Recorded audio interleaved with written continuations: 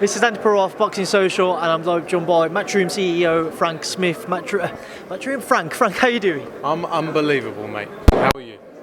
I'm good. My wire just got caught on my tripod there, hence why I was ducking down for a second. But yes, out here in Saudi Arabia, how have you found your time since you arrived here, Frank?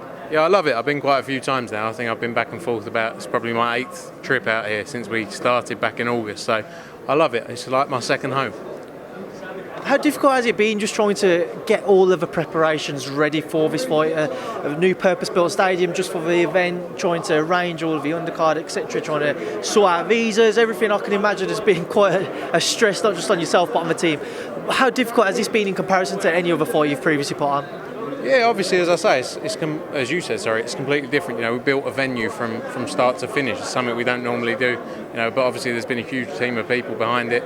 The local partners, all of our team have done a great job, and looking forward to it now.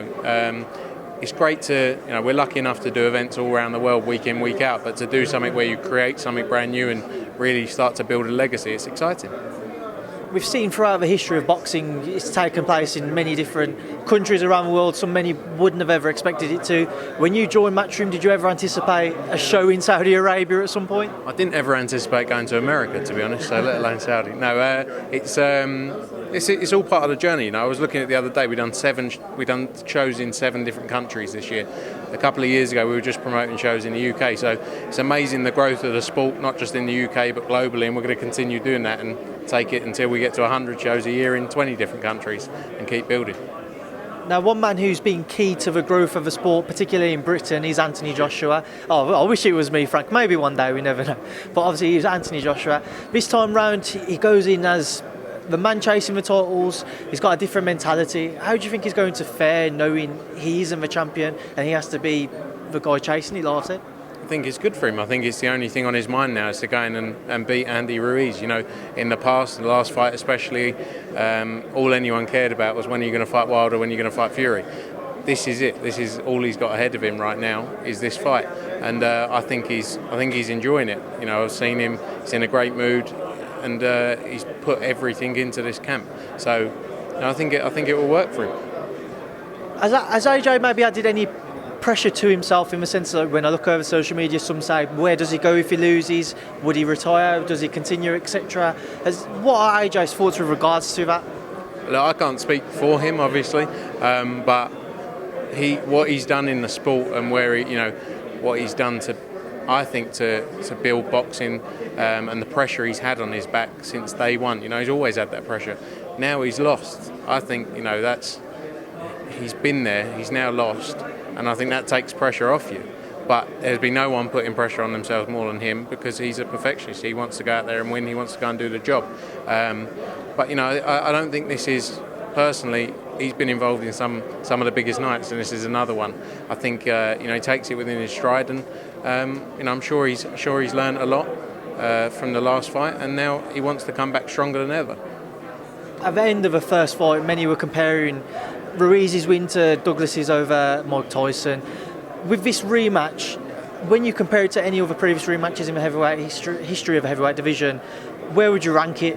I think it's huge. I think just being here and being around it, you'll see just the scale of this event, and also everything that's been done to get it to this point, building a brand new venue just for this fight.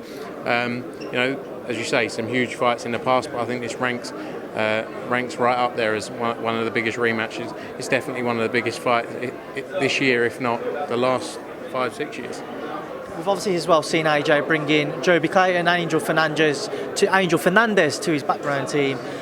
What are your thoughts with regards to AJ's decision to do so, and what should we expect from him on fight night with regards to what they have been trying to teach him and train him? I think all these people as you mentioned, as well as and with Rob McCracken, who's done a great job from the start. They're all here to improve Anthony Joshua, and I think you'll see a great improvement from him. He's worked very hard, and as I say, I think it's great to have various people in the camp who all have their expertise, and I think you'll see the difference. So come Saturday night, how exactly do you kind of envisage the fight playing out? Do you expect it to be any similar to the first bout, or do you expect it to be different? Who knows? Tune in. It's going to be unbelievable. Let's see what happens. They've both been in there before, and I think it's going to be entertaining from start to finish. I just want to work through the card as well before I let you shoot off. Dillian Whyte returns against Maurice Wack. What was the decision behind bringing Dillian back in onto this undercard? Dillian's been training the whole time. He's been staying fit, and he wanted to get back out there, wanted to get back boxing. So looking forward to seeing him back out there, and I think he deserves his chance to be fighting. He's obviously got this ongoing case with UCAD and everything in the background. When can we expect to maybe hear something with regards to when that's finally been done and dusted, and news on what everything was about? I think that's something obviously UCAD they're dealing with completely separately, but he's free to box. He hasn't got anything over that he's there, but that's something completely separate right now. Sorry, didn't know if we had to move out of the way. Right now he wants to fight, and I think that he's ready. He's trained hard for it. Sorry.